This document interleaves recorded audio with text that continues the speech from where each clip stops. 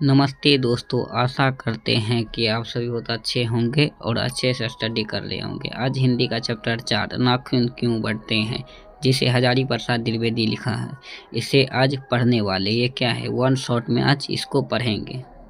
ये है crash course, जिसमें गद्य खंड है। चैप्टर 4 हजारी प्रसाद द्विवेदी द्वारा जो लिखा गया है, नाखून क्यों बढ़ते हैं, इसको आज पढ़ने वाले। इसको क्या करना है, इसको आज पढ़ने वाले हैं। तो चलिए अब आगे की ओर बढ़ेंगे। अब यहाँ से करते हैं, आप पढ़ेंगे। यहाँ देखिए, नाखून क्यों बढ़ते हैं, ललित निबंध। ये क्या है, ललित निबंध। पूछा जाएगा कौन सी विधा है, यानी ललित निबंध है, जिसे हजारी प्रसाद द्विवेदी ने लिखा है। अब देखिए, लेखक कौन है, हजारी प्रसाद द्विवेदी। नाखून क्यों बढ़ते, इसके लेखक कौन है, हजारी प्रसाद द्विवेदी। और लेखक हजारी प्रसाद द्विवेदी का जन्म कब हुआ था, 1907 ईस्वी में। कब, 1907 ईस्वी में, छपरा बलिया उत्तर प्रदेश में हुआ था। इसका मृत्यु, इसका क्या है, मृत्यु कब हुआ था, 1979 ईस्वी में। कब हुआ था, 1979 ईस्वी में। इसका 79 ईस्वी में इसका निधन हो गया। निधन कहाँ हुआ था, दिल्ली में। कब इसका मृत्यु हो गया था, 1979 ईस्वी में दिल्ली में हुआ था। यहाँ क्या लिखे, बल्ली लिखा गया, दिल्ली है, क्या है, दिल्ली में लिखा है, दिल्ली में हुआ है इसका जन्म। कहाँ में, दिल्ली में। यहाँ टैपिंग करने में गलती हो गया होगा। तो चलिए अब आगे बढ़ते, आगे देखिए, यहाँ से पढ़ेंगे। यार यहाँ क्या लिखा है, द्विवेदी यानी हजारी प्रसाद द्विवेदी को आलोक पर्व की रचना पर साहित्य अकादमी पुरस्कार मिला है। किस पर साहित्य अकादमी पुरस्कार मिला है, हजारी प्रसाद द्विवेदी को आलोक पर्व पर साहित्य अकादमी पुरस्कार मिला है। द्विवेदी जी द्वारा क्या है, द्विवेदी जी को भारत सरकार द्वारा पद्मभूषण, क्या है, पद्मभूषण सम्मानित मिला है। क्या है, पद्मभूषण से सम्मानित किया गया है भारत सरकार द्वारा। और अगला प्रश्न क्या है, अगला है, द्विवेदी जी को लखनऊ विश्वविद्यालय, कब, लखनऊ विश्वविद्यालय द्वारा डी.लिट की उपाधि, लखनऊ विश्वविद्यालय में किसकी उपाधि दी गई थी, डी.लिट की उपाधि मिली थी। अब चलिए आगे बढ़ेंगे, क्या करेंगे, आगे बढ़ते हैं। देखिए क्या है, द्विवेदी जी को प्रमुख रचनाएं। देखिए द्विवेदी जी का प्रमुख रचना क्या है, अशोक के फूल, आलोक पर्व, वर्ण भट्ट की रचना और आत्मकथा। क्या है, वर्ण भट्ट की रचना और आत्मकथा। और देखिए यहाँ क्या है, अल्पक पिता कैसा जीव होता है, अल्पक पिता कैसा जीव होता है, दयनीय। कैसा होता है, दयनीय होता है। उसके बाद देखिए, नाखून क्यों बढ़ते हैं, क्या है, नाखून क्यों बढ़ते हैं, यह प्रश्न लेखक से किसने पूछी, तो लेखक की छोटी, किसने पूछा था, लेखक की छोटी लड़की ने पूछा था। यह प्रश्न किसने पूछा था, लेखक से, लेखक की छोटी लड़की ने पूछा था। अब देखिए, जब मनुष्य जंगली था तब उसकी रक्षा हेतु क्या जरूरी थी, नाखून। क्या जरूरी थी, नाखून जरूरी था। और देखिए, जंगली मनुष्य के लिए असल में नाखून क्या थे, अस्त्र। जंगली मनुष्य के लिए असल में नाखून क्या था, अस्त्र था। चलिए अब आगे बढ़ेंगे। और देखिए यहाँ देखिए क्या लिखा है, यहाँ लिखा है, रामचंद्र जी के वानरीय, रामचंद्र जी का जो वानरीय सेना था, उसके पास क्या चीज का अस्त्र था, पत्थर के ढेले और पेड़ की डाले। क्या था, पत्थर की ढेले और पेड़ की डाले थे। बुक में यही दिया है, तो इसीलिए हम यही लिखे। अब देखिए, देवताओं के राजा को मनुष्य के राजा से क्यों सहायता लेनी पड़ती, यानी देवता का जो राजा था वह मनुष्य के राजा से सहायता क्यों लेता था, तो उसका कारण ये था कि उसके पास लोहे के अस्त्र था। यानी मनुष्य के राजा के पास लोहे के अस्त्र था, मनुष्य के राजा के पास क्या था, लोहे के अस्त्र था। अब देखिए अगला, आगे बढ़ेंगे। यहाँ देखिए क्या लिखा है, कौन अब एटम बम पर भरोसा करके आगे की ओर चल पड़ा है, कौन एटम बम पर भरोसा करके आगे की ओर चल पड़ा है, तो क्या है, नक्रधर मनुष्य, यानी हम सब जो है वही नक्रधर मनुष्य। और देखिए, हड्डी के हथियार, क्या है, हड्डी के हथियार से मजबूत और ऐतिहासिक अस्त्र कौन सा था, हड्डी जिस समय में राजा के पास हथियार होता था, उस समय में देवताओं के हड्डी के हथियार में सबसे मजबूत और ऐतिहासिक अस्त्र किसका था, तो वह था इंद्र का वज्र।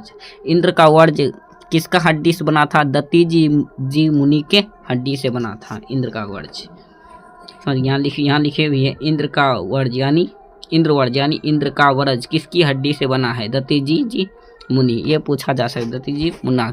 दत्ती मुनि के हड्डी से बना है। चलिए अब आगे बढ़ते हैं। आगे देखिए आर्य। अब यहाँ क्या लिखा, यहाँ लिखा है आर्यों के क्या दोनों चीज थी, यानी आर्यों के पास क्या दो चीजें थी।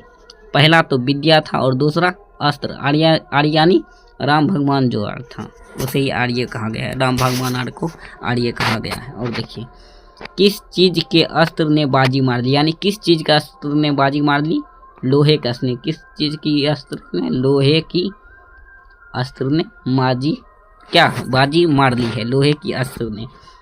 मनुष्य लाख वर्ष पहले कैसा जीव था, मनुष्य लाखों वर्ष पहले कैसा जीव था, नख दंत लंबी। क्या था, नख दंत लंबी था। क्या था, नख दंत लंबी था।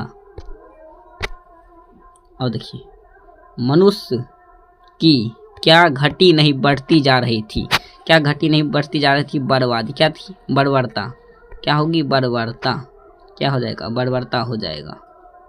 समझिए क्या होगा, बर्बरता। यानी एक बच्चा था, एक बच्चा आज 10,000 का उसका पापा मोबाइल दिया, वो मोबाइल खराब होगा तो सोचेगा इससे बढ़िया 15,000 का मोबाइल ले, इसे ही बर्बरता कहते हैं। देखिए आगे बढ़ेंगे। यहाँ क्या लिखा है, यहाँ है मनुष्य की भयंकर पाशविरति के जीवंत प्रतीक क्या है। क्या है जीवंत प्रतीक, नाखून है। मनुष्य के भयंकर पाशविरति क्या नहीं, कौन पुराने यादों को याद दिलाती, वो है नाखून। क्या है, नाखून।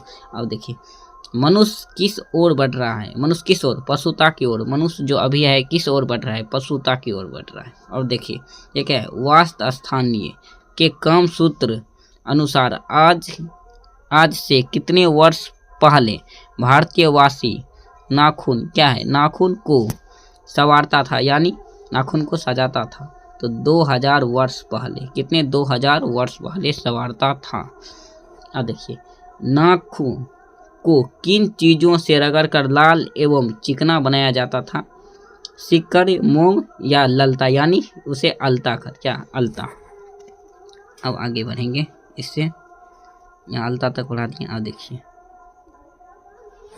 यहाँ है किस देश के लोग बड़े बड़े नख यानी नाखून पसंद करते हैं, गोर देश। ये पूछा जाए, मोस्ट वीवीआई क्या है, मोस्ट वीवीआई क्वेश्चन है। जो किस देश के लोग बड़े बड़े नख को पसंद करते थे, गोर देश के लोग बड़े बड़े नख यानी नाखून को पसंद करते थे। अब देखिए नख बढ़ा लेने की सहजात वृत्ति मनुष्य के प्रमाण है पशुता, यानी जो मनुष्य बड़े बड़े नाखून रखता है वो अब क्या है, पशुता का पहचान है। क्या है, पशुता का पहचान है। नाखून काटने की प्रवृत्ति मनुष्य की निशानी है मनुष्यता की। क्या है, मनुष्यता की। और देखिए अस्त्र बढ़ाने की प्रवृत्ति किसकी विरोधनी है, मनुष्यता की। जो अस्त्र बढ़ाने की प्रवृत्ति किसकी विरोधी है, यहाँ गलती से लिखा है विरोधी है किसकी, मनुष्यता की है, मनुष्यता। अब देखिए ये क्या है, इंडिपेंडेंस।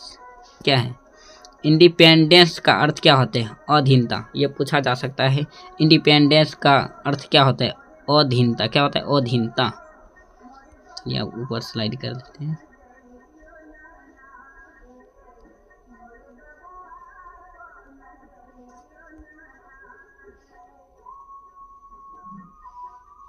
देखिए स्वाधीनता शब्द का अर्थ क्या होता है, स्वाधीनता शब्द का अर्थ क्या होता है, अपने ही अधीन रहना। क्या, अपने ही अधीन रहना।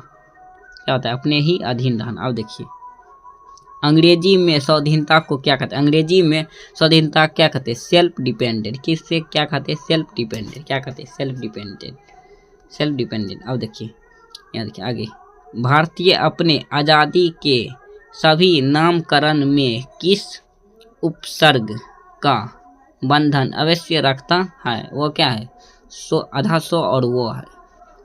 समझ गए। अब देखिए सहजात वृत्ति किस समृद्धि का नाम है, किस समृद्धि का नाम है, अनजान समृद्धि का, कि अनजानी समृद्धि का, अनजान समृद्धि का। चलिए अब आगे बढ़ते। अब यहाँ देखिए यह क्या है, महिमाई उत्तराधिकारी क्या है, विपुल और संस्कार उज्ज्वल से युक्त क्या है, हमारी परंपरा। क्या है, हमारी परंपरा है, हमारी परंपरा।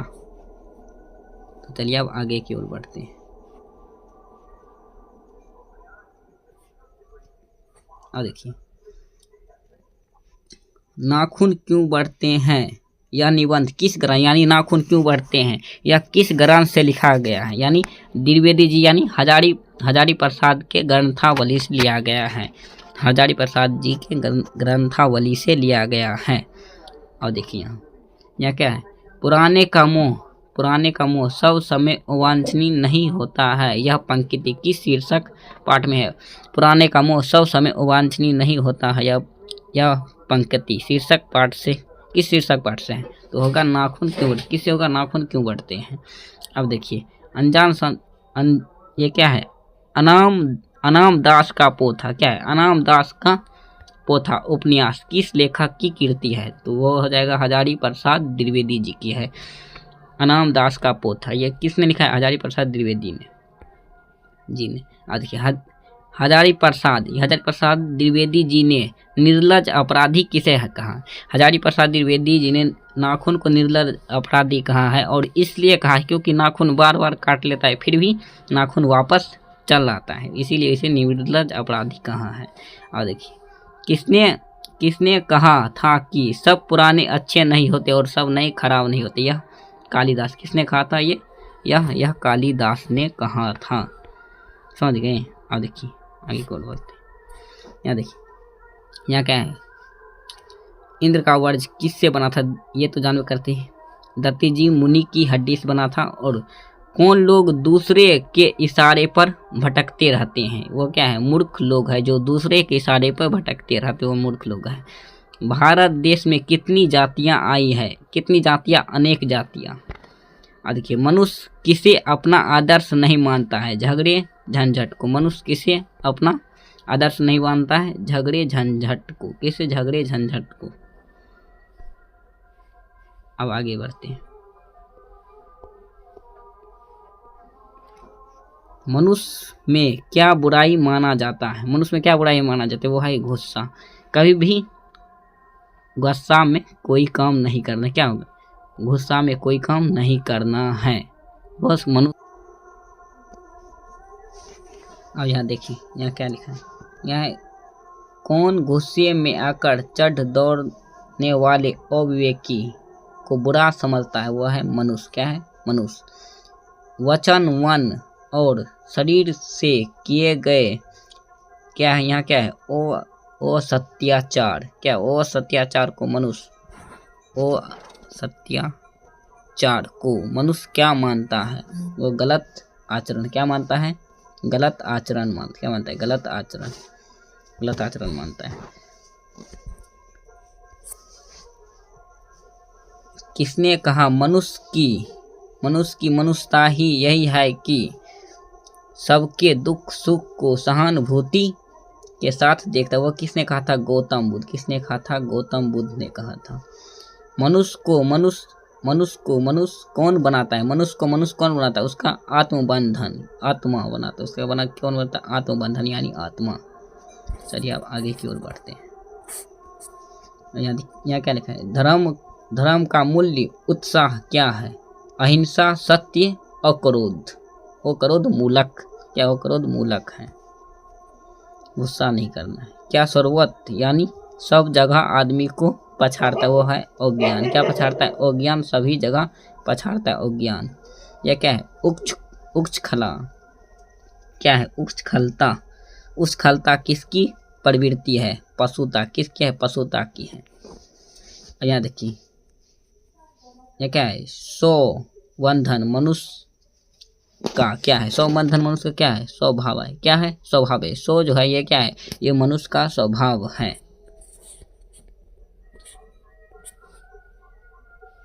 अब देखिए, लेखक पाठ में किस बूढ़े की बात यानी जिक्र किया था? लेखक इस पाठ में किस बूढ़े यानी किसका जिक्र किया था? वो था गांधी जी। वो क्या था? महात्मा गांधी यानी गांधी जी। अब देखिए, मनुष्य की घृणा किसका घोतक है? किसका घोतक है? किसका घोतक है? मनुष्यता। क्या है? पशुता। किसका है? क्या है? मनुष्य की। क्या? प्रेम, मैत्री, त्याग में अपने और मंगल के लिए निःशुल्क भाव दे रहे हैं, वो है चरित्रता। क्या है? चरित्रता है। देखिए, अपने को स्वयं क्या है? संयम। अपने अपने को अपने को संयत रखना, दूसरे के मनोभावों का आदर करना मनुष्य का क्या है? स्वधर्म। क्या है ये? स्वधर्म है। चलिए अब आगे बढ़ जाते हैं। यहाँ देखिए, यह क्या है? मनुष्य की अपनी इच्छा ही अपना क्या है? आदर्श। किसकी अपनी इच्छा ही अपना आदर्श है? मनुष्य की। मेरे बच्चों को गोद में दबाए रहने वाले को मनुष्य का आदर्श बन सकती है, वो क्या है? वो क्या है? बंदरिया है। वो क्या है? बंदरिया। यहाँ लिख भी दिए, हाँ भी लिख दिए, बंदरिया है। क्या है? बंदरिया। ये कभी मनुष्य का आदर्श नहीं। दोस्तों, यहाँ बंदरिया तक तो पढ़ लिए हैं। ये तो ऑब्जेक्टिव ऐसा है तो ऑब्जेक्टिव को नहीं करना है। चलिए अब सब्जेक्टिव करते हैं। का पहला प्रश्न देखिए। पहला प्रश्न है, नाखून क्यों बढ़ते हैं? यह प्रश्न लेखक के सामने कैसे उपस्थित हो?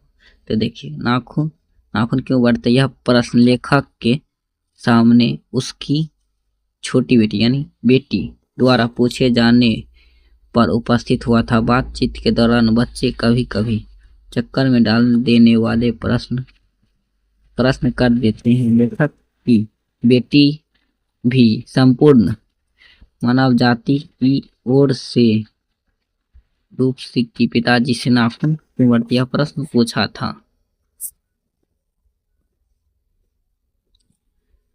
दूसरा, नाखून क्यों बढ़ते हैं? तो कना करे छिए? नाखून क्यों बढ़ते, या प्रकृति को याद क्यों दिलाती है? याद दिलाती ही है। तो देखिए क्या कर रहा है। बढ़ते नाखून द्वारा प्रकृति मनुष्य की याद दिलाती है कि आज से कुछ लाखों वर्ष पहले मनुष्य नरधर जीव था। उसे अपने जीव की रक्षा हेतु नाखून अवश्य अंग था। वह पशु के सामने एक ही स्तर पर विचरण यानी जीवन यापन करने वाला प्राणी था। चलिए हम आगे बढ़ते हैं। तीसरा नंबर देखिए। तीसरा नंबर है, मनुष्य बार बार नाखून को क्यों काटता है? बार बार मनुष्य इसलिए नाखून काटते क्योंकि आप मनुष्य बनना चाहता है। मनुष्य बार बार नाखून इसलिए काटता है क्योंकि उससे अब इससे भी गुना अधिक शक्तिशाली अस्त्र मिल गए हैं। मनुष्य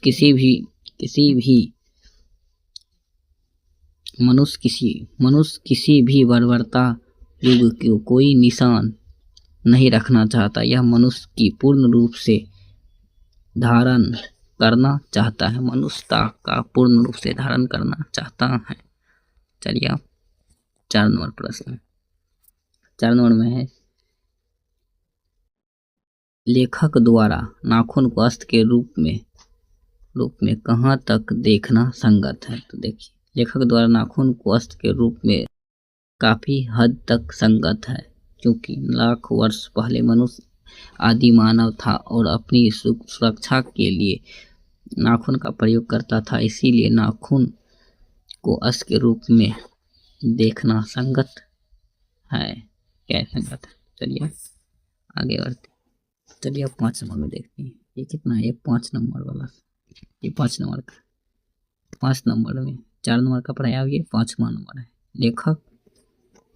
लेखक क्यों पूछता है कि मनुष्य किस ओर बढ़ रहा है, पशुता की ओर कि मनुष्यता की ओर? तो लेखक पूछना चाहता है कि मनुष्य अस्त्र बढ़ाने की ओर बढ़ रहा है या अस्त्र घटाने की ओर। अस्त्र को बढ़ाने में लगा मानव आज सुरक्षा की ओर से बढ़ रहा है। अस्त्र मूल प्रवृत्ति मनुष्य की